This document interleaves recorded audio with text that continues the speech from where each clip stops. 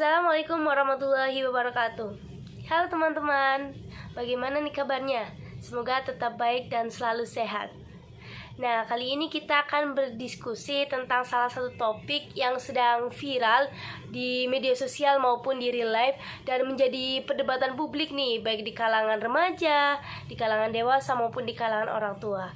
Namun sebelum kita menuju ke intinya, alangkah baiknya untuk saya memperkenalkan diri terlebih dahulu. Perkenalkan, nama saya Septiana Sari, saya dari Prodi Farmasi, jurusan Kimia Fakultas MIPA. Pada malam hari ini, saya menjadi moderator pada sesi diskusi kali ini, yang nantinya saya akan memandu teman-teman untuk mengikuti sesi diskusi kali ini. Nah, sebelumnya saya sudah singgung nih tentang topik kekerasan seksual. Topik kekerasan seksual ini tentunya sudah tidak asing lagi di telinga teman-teman karena kerap kali muncul video yang berkonten kekerasan seksual di platform seperti TikTok, Instagram, YouTube, dan lain-lain. Untuk kekerasan seksual sendiri memiliki pengertian setiap perbuatan merendahkan, menghina, melecehkan, atau menyerang tubuh atau fungsi reproduksi seseorang karena ketimpangan relasi kuasa atau gender yang berakibat atau dapat berakibat penderitaan psikis atau fisik, termasuk yang mengganggu kesehatan reproduksi seseorang dan hilang kesempatan melaksanakan pendidikan dengan aman dan optimal. Nah, itu pengertian kekerasan seksual secara umum. Baik, di sini saya selaku moderator akan menjelaskan sistematika dari sesi diskusi kali ini. Nantinya akan saya tayangkan 4 video dan masing-masing video akan ditanggapi akan diberi opini oleh maksimal 5 orang pengopini, dan setiap seorang pengopini diberi waktu maksimal 2 menit. Untuk pengopini yang ingin memberikan opininya kurang dari 2 menit, tetap saya persilahkan. Dan sebelum beropini, alangkah baiknya kalian untuk memperkenalkan diri terlebih dahulu, baik dari nama, prodi, jurusan, dan fakultas.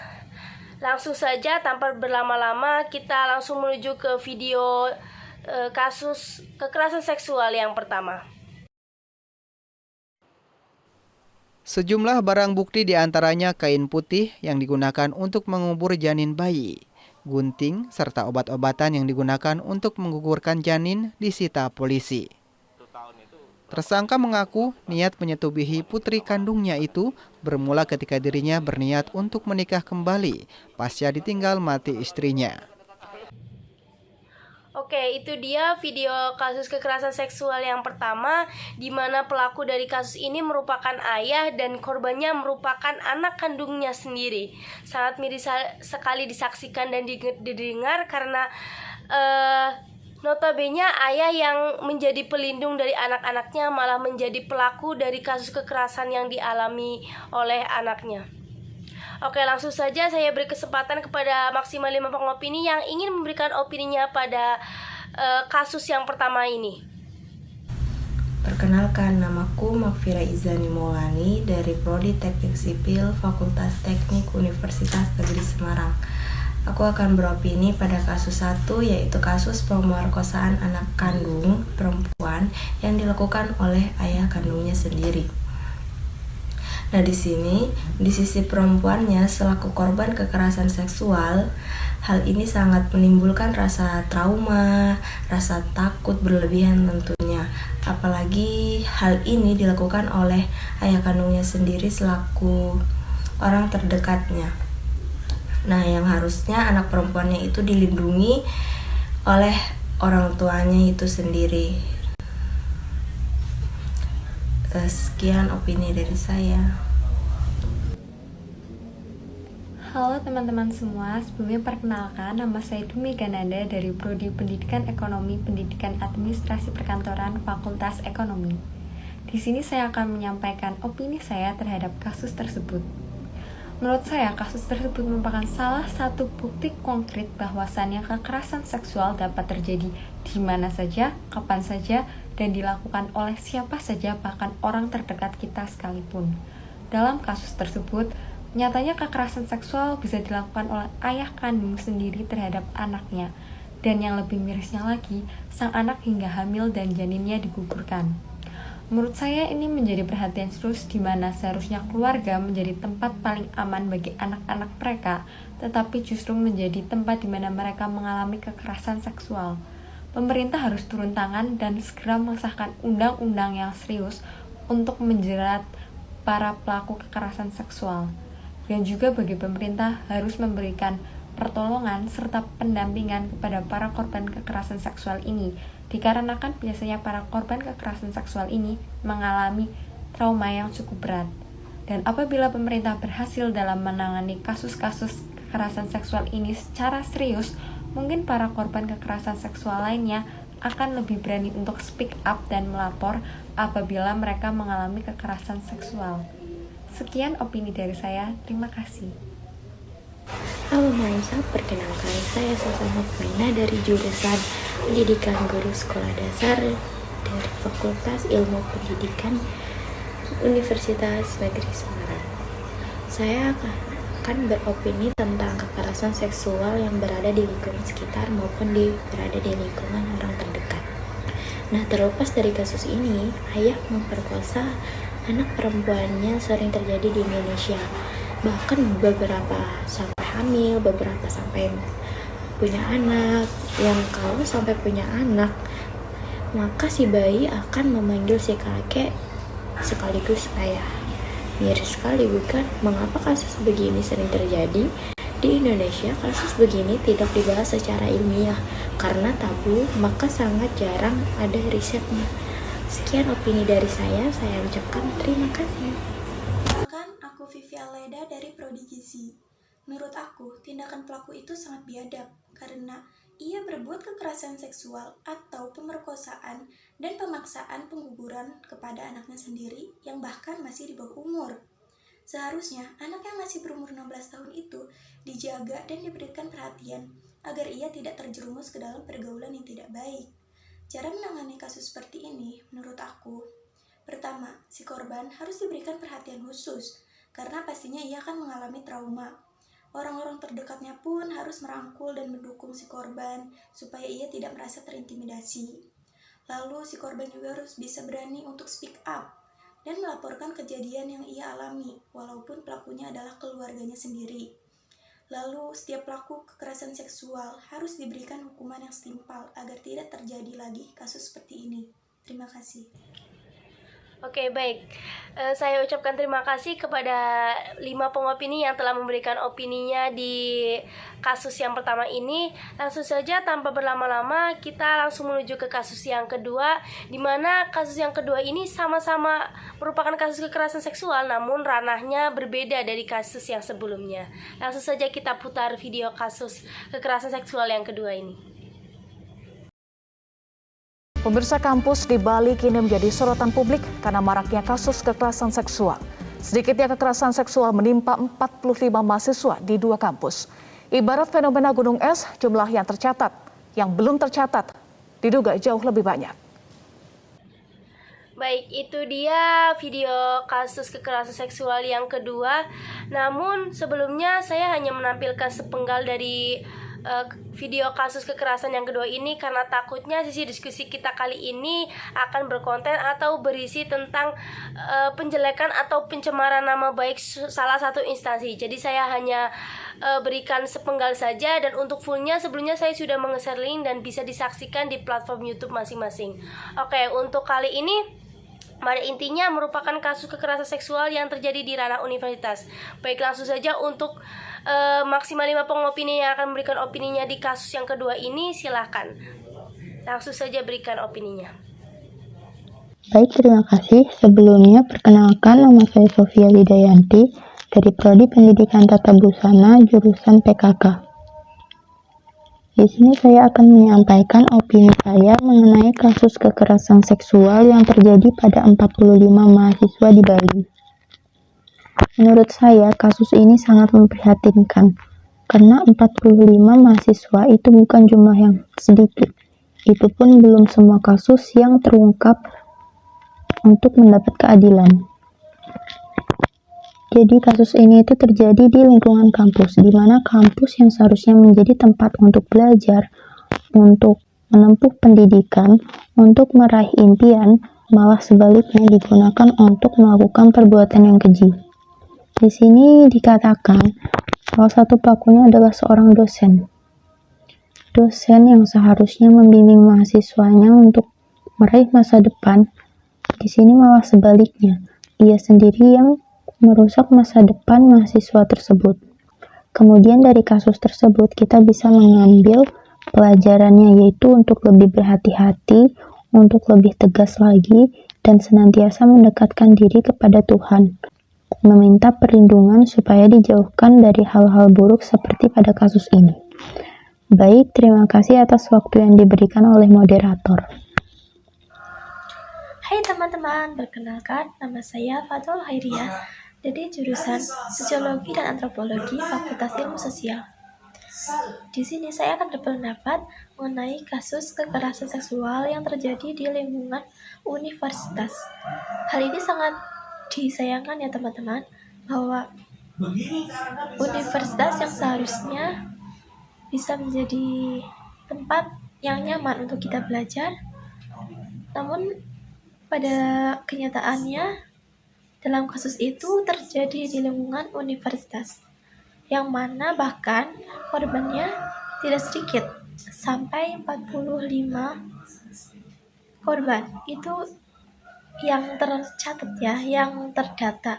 Belum lagi mungkin ada korban-korban lain yang belum terdata dan belum berani berspeak up seperti itu.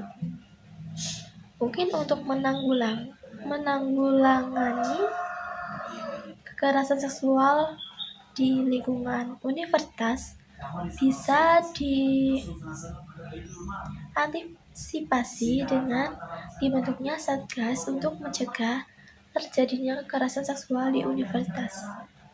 Mungkin akhir-akhir ini juga sudah banyak universitas yang sudah membentuk satgas-satgas untuk mencegah terjadinya kekerasan seksual. Seperti di UNES juga sudah dibentuk ya teman-teman. Nah, untuk diri kita sendiri, mungkin kita bisa mengantisipasinya agar kita lebih waspada seperti itu. Misal, apalagi kalau kita perempuan, mungkin kita bisa kalau keluar, apalagi malam-malam itu jangan sendiri. Jadi kita meminta teman seperti itu, meminta bantuan teman seperti itu. Sekian dari saya. Terima kasih. Halo, perkenalkan saya Fadila Elzaida Putri dari Prodi Ilmu Hukum Universitas Negeri Semarang.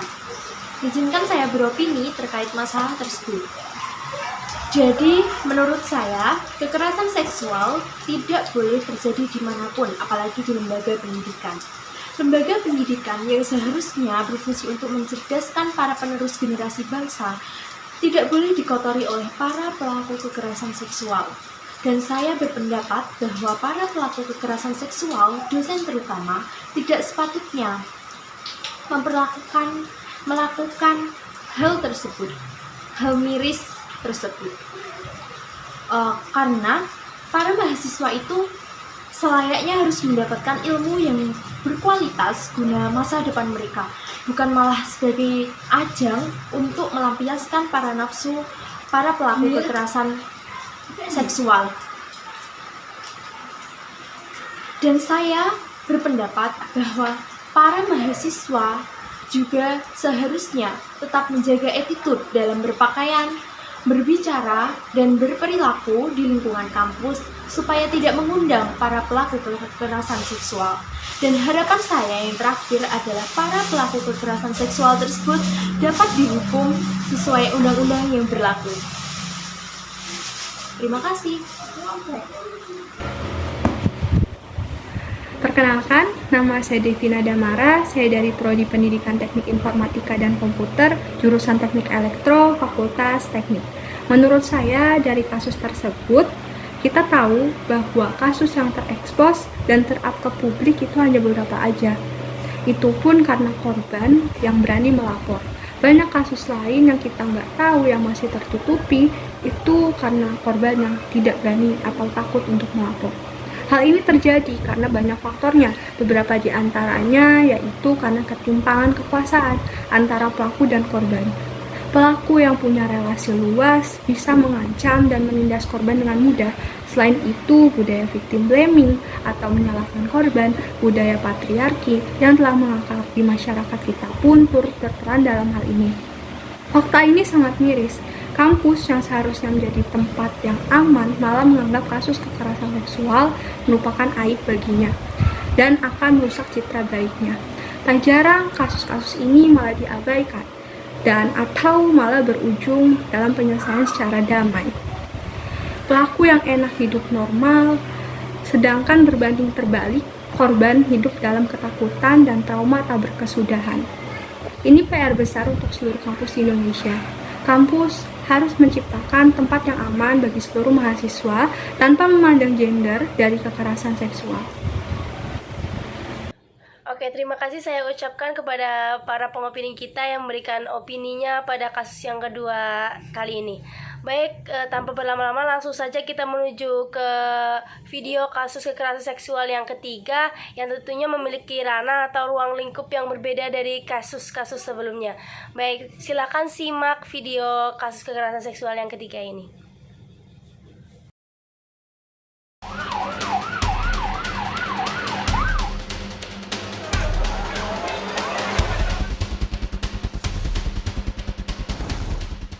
Kasus kekerasan seksual yang dialami oleh sejumlah santriwati di Jombang, Jawa Timur ini sebenarnya telah terjadi sejak 2017 lalu. Saat itu, sejumlah santriwati mengaku mendapatkan kekerasan seksual dari Moh Subci Azal Sani alias Beci.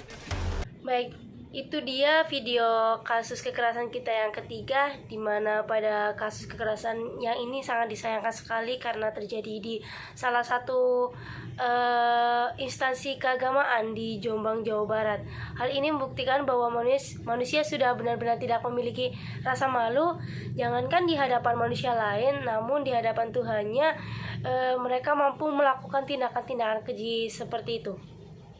Langsung saja kita menuju kepada 5 pengopini yang ingin memberikan opininya. Baik, silakan berikan opini kalian masing-masing tentang kasus kekerasan yang ketiga ini. Perkenalkan, nama saya Tutut Arumadiantinisi dari jurusan Fisika, Prodi Pendidikan Fisika, Fakultas Matematika dan Ilmu Pengetahuan Alam. Menurut saya, dari kasus tersebut, pelaku jelas-jelas sangat bersalah. Karena tempat yang seharusnya digunakan untuk menimba ilmu agama malah dijadikan tempat untuk melakukan perbuatan zina.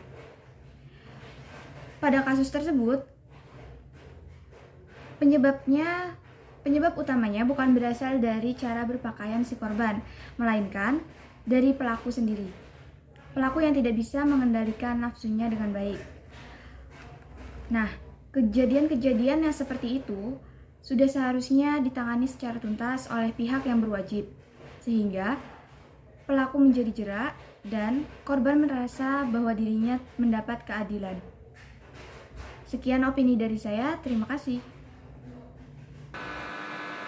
Halo semuanya, perkenalkan nama saya Bintang Apriliani dari Fakultas Ilmu Pendidikan, Prodi Bimbingan dan Konseling, Universitas Negeri Semarang. Jadi kali ini saya akan beropini tentang video yang berkaitan dengan pelecehan seksual terhadap santriwati di salah satu pondok pesantren. Dalam kasus ini, kita jadi tahu bahwa pelecehan seksual tidak hanya dialami oleh wanita-wanita yang berpakaian terbuka. Bahkan, wanita yang berpakaian tertutup juga tidak dapat terhindar dari kejahatan ini. Menurut riset, korban pelecehan yang memakai rok dan celana panjang berjumlah 18%, korban yang memakai seragam sekolah 14%, korban yang memakai baju lengan panjang 16%, korban yang berhijab 17%, dan korban yang memakai baju longgar berjumlah 14%. Dari hasil riset tersebut, dapat ditarik kesimpulan bahwa pelecehan seksual tidak hanya dapat terjadi kepada wanita yang berpakaian terbuka saja, melainkan kepada semua wanita. Dari mereka yang berpakaian terbuka, bahkan mereka yang berpakaian tertutup sekalipun. Jadi, mulai sekarang, teman-teman, kita tidak boleh menyalahkan sepenuhnya atas apa yang perempuan pakai. Terima kasih. Halo, perkenalkan nama saya Imaratul Adis Maulana. Saya dari Prodi Pendidikan IPA, jurusan IPA Terpadu, Fakultas Matematika dan Ilmu Pengetahuan Alam, Universitas Negeri Semarang.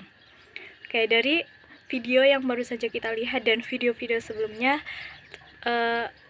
bisa kita ketahui bahwa pelaku kekerasan seksual itu bisa siapa saja ya, dari mulai ayah kandung sendiri, orang yang berpendidikan, bahkan orang yang paham agama pun bisa menjadi pelaku kekerasan seksual. Semua ini balik lagi bagaimana seseorang bisa menahan nafsunya agar tidak melakukan perbuatan tersebut. Tapi ada hal yang perlu digarisbawahi bahwa tidak semua pondok pesantren itu seperti itu ya. Jadi yang mau mondok silahkan mondok, nggak perlu takut gitu ya. Banyak kok pondok-pondok yang aman, nyaman untuk belajar. Nah dari sini tuh kita itu dapat pelajaran bahwa kita tuh harus pintar dalam memilah dan memilih pondok pesantren yang akan kita tempati. Seperti kita itu harus mengetahui latar belakang pondok tersebut, latar belakang pengasuhnya dan ustadz-ustazahnya, kayak track record pondok itu gimana sih sebelumnya, seperti itu. Terima kasih. Oke, terima kasih kepada para pengopini kita yang telah memberikan opininya tentang kasus kekerasan seksual yang ketiga ini. Next kita menuju ke kasus kekerasan seksual yang keempat, yang menjadi kasus kekerasan seksual penutup yang nantinya akan kita bahas, yang ranahnya atau ruang lingkupnya berbeda dari kasus-kasus sebelumnya. Langsung saja simak video kasus kekerasan seksual yang keempat ini.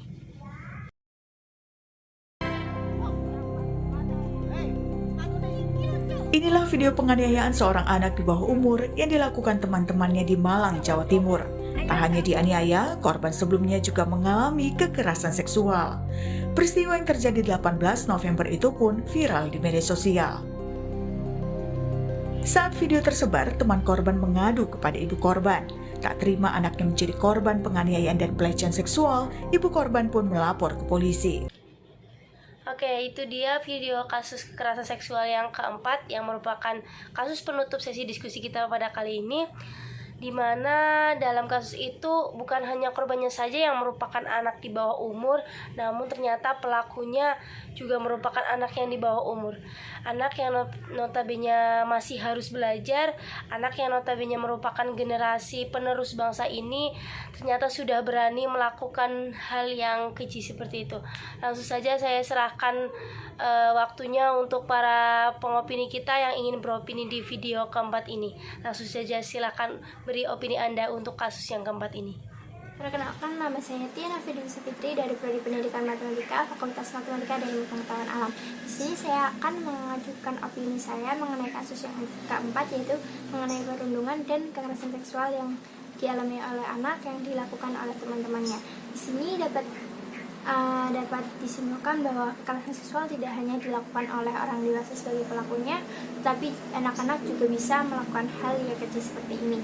Menurut saya, ada beberapa hal yang mendasari bagaimana anak bisa melakukan hal-hal seperti ini. Yang pertama, yaitu anak kurang mendapatkan pengasuhan yang baik di lingkungan keluarganya, di mana bisa saja anak melihat atau bahkan mengalami kekerasan seksual di area keluarganya, di mana dia tidak bisa meluapkan emosinya, lalu dia memutuskan untuk meluapkan emosinya dengan cara membuli atau melakukan perundungan terhadap teman-temannya. Yang kedua, yaitu kurangnya edukasi mengenai kekerasan seksual sejak dini. Dan yang ketiga, yaitu anak tersebut pernah menjadi korban kekerasan seksual.